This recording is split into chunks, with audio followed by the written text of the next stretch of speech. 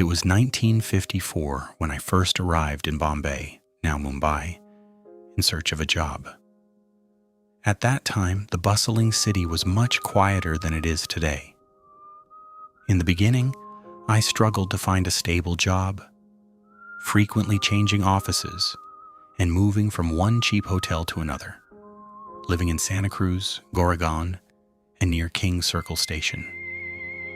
Eventually, I landed a decent job at a large pharmaceutical company.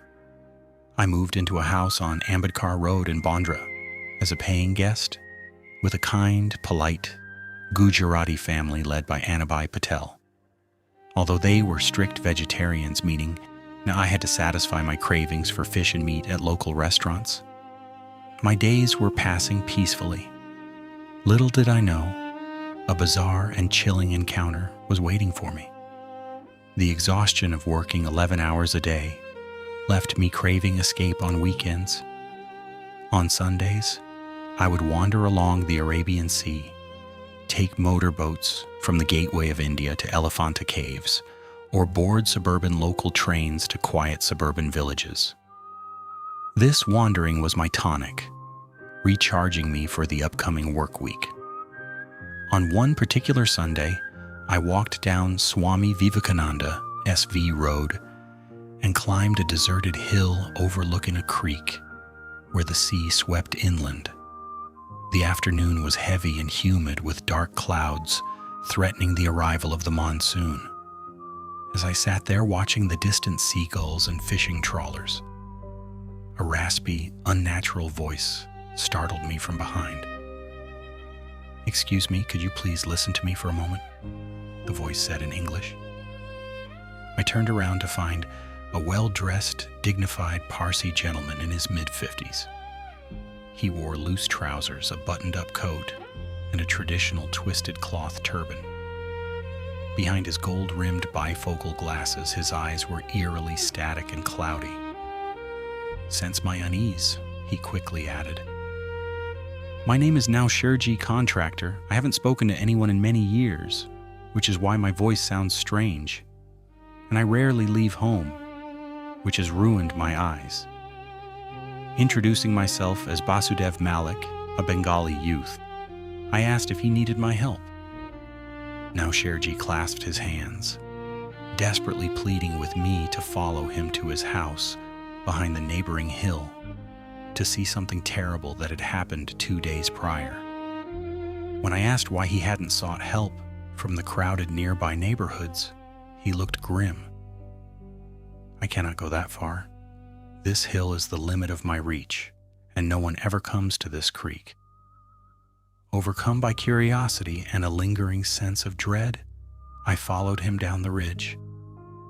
As we walked, Nowsherji casually dropped a bombshell. "Our family once had a massive business here, but one by one, everyone passed away. I died 50 years ago in 1906. My blood ran cold. I was walking into the wilderness with a ghost." Reading my mind, Nowsherji reassured me. "Do not fear, Mr. Malik. I have no power to harm anyone." He mentioned encountering another spirit, Michael Gonzalez, who had died decades prior and shared the same peaceful nature. We reached a massive ruined mansion hidden in the valley near the creek, a decaying structure with rusted iron gates, broken windows, and crumbling walls occupied by bats and rodents. Nowsherji led me up a winding, broken marble staircase to the first floor. Inside the main hall, he pointed toward the ceiling. I gasped in horror. Hanging from a noose, tied to the ceiling, was the lifeless body of a middle-aged man, his face twisted in absolute terror, with dried blood tracing his jawline. "I cannot stand here anymore. Take me down," I gasped, covering my eyes. Outside, as we sat on a broken stone bench in the overgrown garden, Nowsherji explained. "That man was brought here 2 days ago, strangled and hanged. My family was deeply religious and honest. I cannot find peace knowing such a hideous crime occurred in our home. I need your help to ensure the murderers are punished." Shaking off my fear, I realized I couldn't remain a silent bystander. Nowsherji provided precise details he had overheard from the killers. The victim was Bharat Kulkarni, a Marathi man.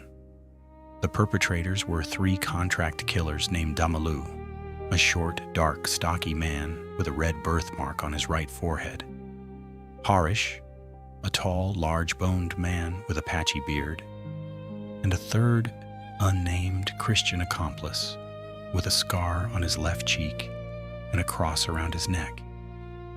They operated out of a slum near Pali Hill in Khar. Suddenly, Nowsherji grimaced in pain. "Mr. Malik, you must leave now. I can no longer hold this physical form." As I began to walk away, his voice echoed behind me, warning me not to look back. Unable to resist, I turned around for a split second, only to see his clothes, coat, and turban moving forward on their own. His physical body had completely vanished. Back at my lodging, I debated whether to involve myself in a murder investigation based on a ghost's testimony. Knowing that the local police chief, Madhukar Apte, highly respected my landlord Anabai, I decided to confide in Anabai first. Stunned by my story, Anabai immediately took me to the Bandra police station. Inspector Apte listened to the bizarre tale with a mixture of amusement and curiosity. Agreeing to investigate, he drove us to the creek in his police jeep. When we climbed the hill and entered the ruined mansion, both Inspector Apte and Anabai stood frozen at the sight of the hanging corpse. I called out for Nowsherji repeatedly, but the mansion remained silent. "Your friend seems afraid of the police," Inspector Apte joked lightly, before instructing me to remain in Bombay until the investigation concluded. 3 days later, Inspector Apte called with astonishing news. Thanks to the precise descriptions provided by Nowsherji, the police had captured all 3 contract killers. They confessed that 2 of Bharat Kulkarni's relatives had hired them to orchestrate the murder over a bitter property dispute. The trial concluded with the 3 killers receiving 10 years in prison, while the plotting relatives were sentenced to life imprisonment. Before leaving Bombay for Calcutta years later, I visited the ruined mansion one last time.